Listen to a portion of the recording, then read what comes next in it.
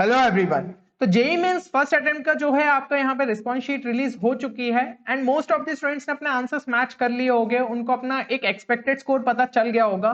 तो जिन भी स्टूडेंट्स का यहाँ पे बढ़िया स्कोर आ रहा है तो वो जो है यार अपनी एडवांस की प्रिपरेशन अब अच्छे से स्टार्ट कर दो। सेकंड अटेम्प्ट के लिए भी थोड़े बहुत बीच बीच में मॉक टेस्ट दो ताकि यहाँ से और अच्छा स्कोर अगर आप ला सकते हो तो बढ़िया है।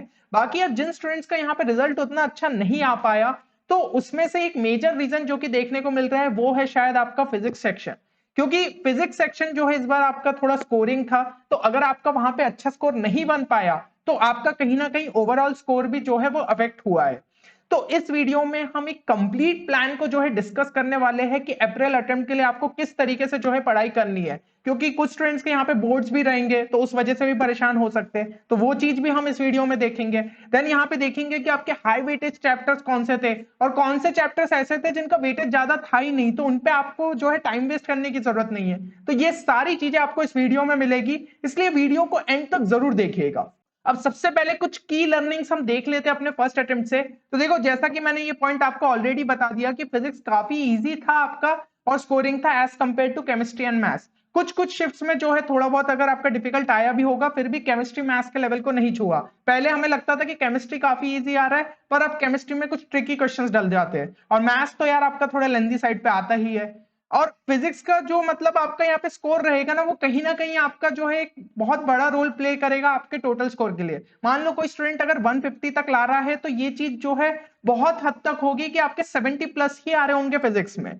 ठीक है ना, तो ये चीज आपको जो है यहाँ पे मान के चलनी है। Some questions were directly formula based, ये चीज देखने को मिली थी कई शिफ्ट्स में कि आपके जो है यहाँ पे डायरेक्ट फार्मूला बेस्ड क्वेश्चंस पूछे गए थे। तो अगर आपको फार्मूला याद है, वैल्यूज उसके अंदर डालो और आंसर यहाँ पे आपका निकल आता। कुछ क्वेश्चंस डायरेक्टली या इनडायरेक्टली आपके पीवाईक्यूज के बेसिस पे थे। मतलब अगर आपको जो है वो क्वेश्चन ऐसा लगेगा कि यार देखा देखा सा है, अपन ने पहले किया है, तो वहां पे पीवाईक्यूज का भी जो एक इंपॉर्टेंट रोल रहा। और कुछ आपके न्यू पैटर्न टाइप के क्वेश्चंस भी देखने को मिले, match the column, statement type, assertion reason.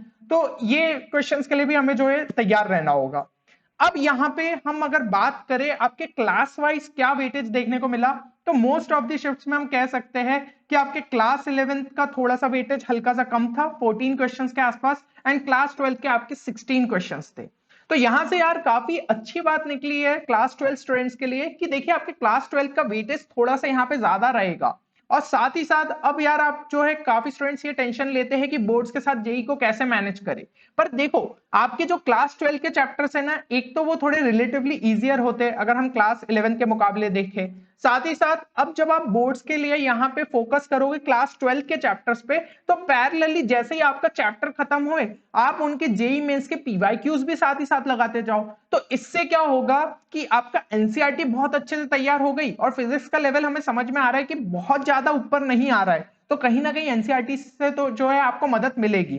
तो यहाँ पे पीवाईक्यूज और साथ में लगा लेते हो तो आपको ये पता चल जाएगा कि एनसीईआरटी का जो नॉलेज है वो आप प्रॉपरली जो है अप्लाई कर पा रहे हो कि नहीं क्वेश्चंस में। जितने क्वेश्चंस ज्यादा से ज्यादा सॉल्व कर सकते हो उतना ही बेहतर है। और अगर आपको कुछ कॉन्सेप्ट लगता है कि हाँ ये थोड़ा हाई लेवल का था, तो उसके लिए जो है आप अलग से बुक को रेफर कर सकते हो। और यहाँ पे जैसे ही आपके बोर्ड्स खत्म हो जाते हैं तो आपके कई हद तक जो है क्लास 12 का वेटेज ऑलरेडी कंप्लीट हो चुका होगा बोर्ड प्रिपरेशन के साथ, और उसके बाद आप क्लास 11 के चैप्टर्स पे फोकस कर सकते हो।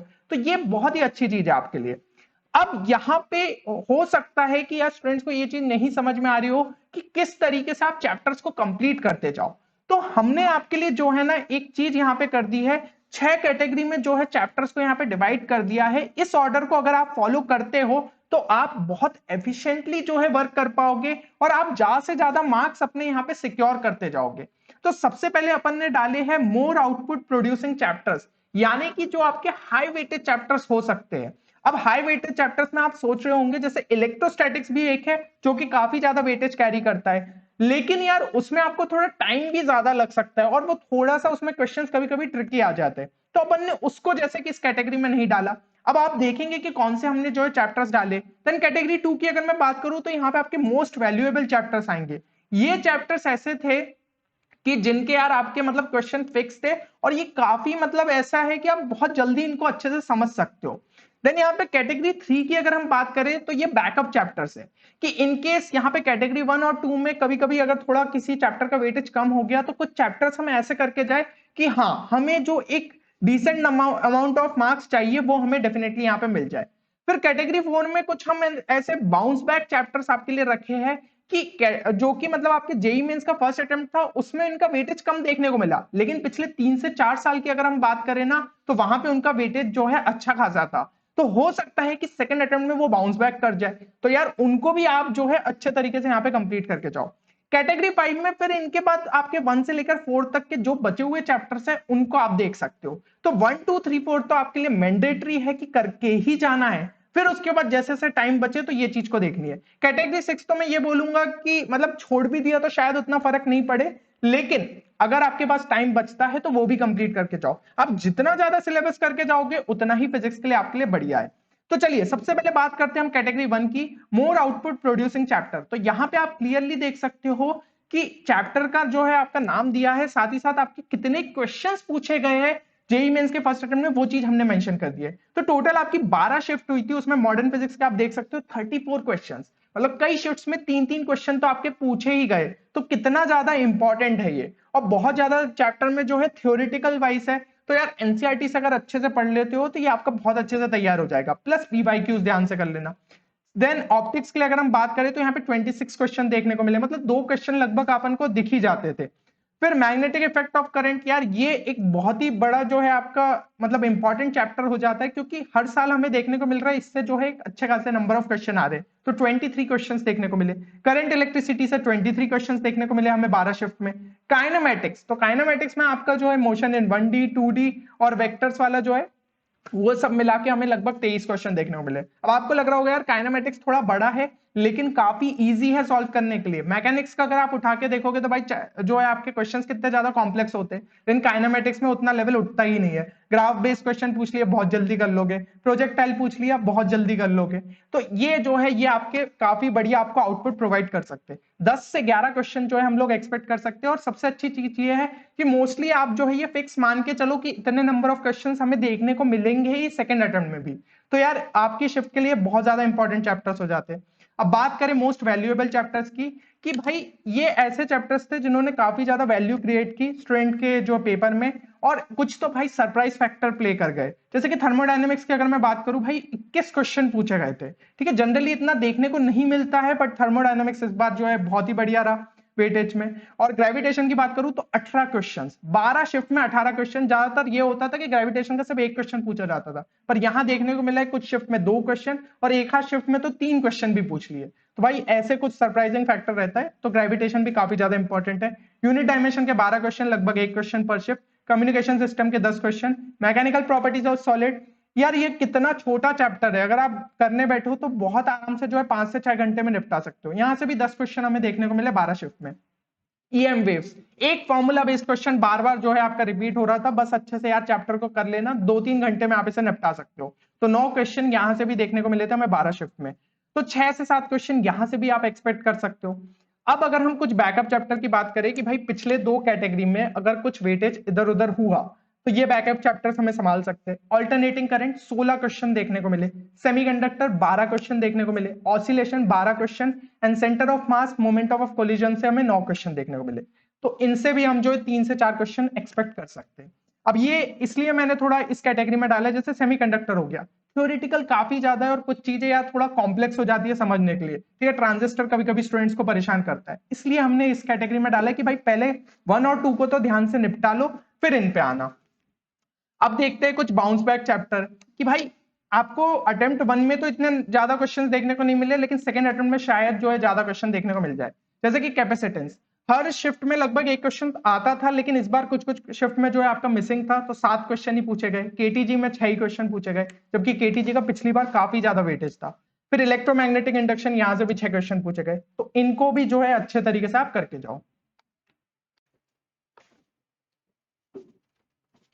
अब नेक्स्ट बात करते हैं कि ऐसे कुछ चैप्टर्स हैं जिनका ज्यादा वेटेज देखने को ही नहीं मिला फर्स्ट अटेम्प्ट में, और यार ये मतलब ज्यादातर होता ही है। मैग्नेटिक प्रॉपर्टीज ऑफ मैटर, भाई एक भी क्वेश्चन नहीं पूछा गया, तो इसको जो है आप आखिरी के लिए रख सकते हो। Thermal properties of matter 3 question देखने को मिले, तो इसको भी जो है आप आखिरी के लिए रख सकते हो। एक्सपेरिमेंटल फिजिक्स, तो ज्यादातर स्टूडेंट्स को लगता है कि आपके सिलेबस में दिया रहता है ना section A section B physics में, जिसमें सेक्शन बी आपका एक्सपेरिमेंटल फिजिक्स हो जाता है। तो भाई उसको भी अगर आप लास्ट में टाइम मिले तो ही करना, ठीक है, क्योंकि 3 ही क्वेश्चन देखने को मिले आपकी 12 शिफ्ट के अंदर। तो याद रखना आपकी टोटल 12 शिफ्ट हुई थी, तो उसके नंबर ऑफ क्वेश्चंस यहाँ पे मेंशन्ड है। तो कंप्लीट इन्हें तभी करना जब पूरा यार आपका हो जाए, ठीक है, ज्यादा से ज्यादा मैक्सिमम सिलेबस हो जाए, लास्ट में इन्हें उठा के आप देख सकते हो। अब कौन से सोर्सेस है जो कि आपको सबसे ज्यादा जरूरी है, ठीक है ना, क्योंकि ये चीज देखी गई है कि फर्स्ट अटेम्प्ट में ज्यादातर क्वेश्चन यहीं से ही पूछे गए, तो इनको अगर आप बहुत अच्छे से कर लेते हो आपका काम यहाँ पे बन जाएगा। सबसे पहले एनसीईआरटी। एनसीईआरटी को स्टूडेंट इग्नोर करते हैं, लेकिन ये चीज देखने को मिली है कि अगर किसी स्टूडेंट ने एनसीईआरटी को भी बहुत अच्छे से करा होता ना, आपका 50% पेपर शायद आप यहाँ पे जो है कंप्लीट कर सकते थे। बस सारी चीजें अच्छे से यहाँ पे क्लियर होनी चाहिए एनसीईआरटी की। देन एनसीईआरटी के एग्जाम्पलर प्रॉब्लम्स बढ़िया थे, ठीक है, कुछ सिमिलर भी देखने को मिले। वन शॉट्स आप देख के आप जा सकते हो, अगर आपने एनसीईआरटी और एनसीईआरटी एग्जाम्पलर प्रॉब्लम्स कर ली ना कहीं आपका बेस बहुत अच्छे से तैयार हो जाएगा। तो वन शॉट आपको क्लियरली समझ में आएगा, आप यूट्यूब पे कोई भी एक अच्छा वन शॉट उठा सकते हो। और अगर किसी को वन शॉट में नहीं उतना मजा आता है तो डीसी पांडे उठा सकते हो।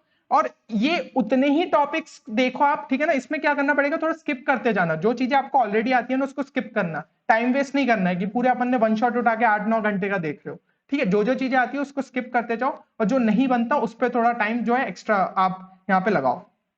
पीवाईक्यूज 2020 से लेकर 2022 के सारे शिफ्ट के कंप्लीट करके जाना है। 2023 का जो फर्स्ट अटेम्प्ट के उसको अपन लास्ट में एज अ मॉक दे देंगे, ठीक है, तो ये आपको करना है। और एक फॉर्मूला शीट आपको यहाँ पे मेंटेन करनी है, ठीक है, जिसके अंदर आप सारे चैप्टर के सारे फॉर्मूला लिख दो। अगर आप जो है अभी इस वीकेंड में कर सकते हो तो ठीक है, इस वीकेंड में आप कर लेना। और इसी तरीके से हर वीकेंड की अपनी आदत बना लो कि एक बार अपने हाथ से सारे फॉर्मूलेस लिखने ही लिखने हैं। इससे क्या होगा, कोई भी फॉर्मूला एंड टाइम पे भूलोगे नहीं, क्योंकि डायरेक्ट फॉर्मूला बेस्ड क्वेश्चन जब देखने को मिल रहे हैं तो आपको सारे फॉर्मूले यहाँ पे दिमाग में सेट होना चाहिए, वहां पे कोई भी फॉर्मूला आप ऐसे डिराइव नहीं कर रहे होगे, ठीक है ना। तो ये फॉर्मूला शीट आपको जो है वीकली बेसिस पे प्रिपेयर करते रहनी है। तो होपफुली यार आपको सारी चीजें क्लियर हो गई होगी कि किस तरीके से हमें चीजों का यहाँ पे प्लान करना है, ठीक है। और एक और बहुत ही ज्यादा इंपॉर्टेंट रिसोर्स जहां से यार स्टूडेंट्स को 3 से 4 क्वेश्चन देखने को मिले, that is our most repeated concept series. सिर्फ फिजिक्स की अगर मैं बात करूं तो 3 से 4 क्वेश्चन तक देखने को मिल गए आपकी शिफ्ट के अंदर, तो बहुत ही ज्यादा इंपॉर्टेंट रिसोर्स है ये। तो इसको कंप्लीट करके जाना, लिंक आपको डिस्क्रिप्शन में मिल जाएगी। कोई भी वीडियो उठा के देखोगे आपको समझ में आ जाएगा कि हम कर क्या रहे हैं इसके अंदर। मेनली होता क्या है कि आपके मेंस में यार पिछले 3 से 4 सालों में ऐसे कुछ टॉपिक्स है जिसमें मतलब वो बार बार जो है आपके क्वेश्चंस रिपीट हो रहे हो सिमिलर कॉन्सेप्ट से, तो उस कॉन्सेप्ट को हमने आपको एक्सप्लेन किया है, फिर उनसे रिलेटेड पीवाईक्यूज देखे हैं, तो वहीं के वहीं आपको कॉन्सेप्ट समझ में आ जाता है। और फिर एक डीआईवाई प्रॉब्लम मैं आपको दे देता हूँ कि आप खुद से सॉल्व कर लो, तो वो कॉन्सेप्ट वहीं के वहीं क्लियर हो जाता है। इस बार की शिफ्ट्स में हमें वो क्वेश्चन देखने को मिल गए, तो ध्यान से कंप्लीट कर लेना। अब एक बार जो है कमेंट सेक्शन में अपने फर्स्ट अटेम्प्ट का कैलकुलेटेड स्कोर जरूर मेंशन करना, और कितना आप लोग यहां से ले जा सकते हो सेकंड अटेम्प्ट के अंदर वो चीज भी मेंशन करना। और ये यार मजाक में नहीं करवा रहा हूं ये चीज, ये आपको करके दिखाना है, ठीक है ना। ऐसा नहीं कि बस रैंडमली लिख लिया, चाहे तो उसका स्क्रीनशॉट ले लेना और जैसे ही एग्जाम खत्म हो तो आपको चेक करना है कि सही में क्या आप उतना कर पाए। अब यार मतलब ये चीज हो गई है कि हमें खुद से फॉल्स प्रोमिसेस नहीं करना है। अब आप लाइफ के इस मोमेंट पे आ गए हो कि जेई आपके लिए बहुत ही ज्यादा क्रूशियल है, तो इसलिए आपको जो है इस चीज को एज अ मोटिवेशन लेना है, एज अ खुद से प्रॉमिस लेना है कि ये चीज हमें करना ही करना है। तो होपफुली यार ये वीडियो से आपको एक क्लैरिटी मिली होगी कि फिजिक्स को हमें किस तरीके से तैयार करना है। मिलते हैं अगले वीडियो में, तब तक के लिए take care and good bye.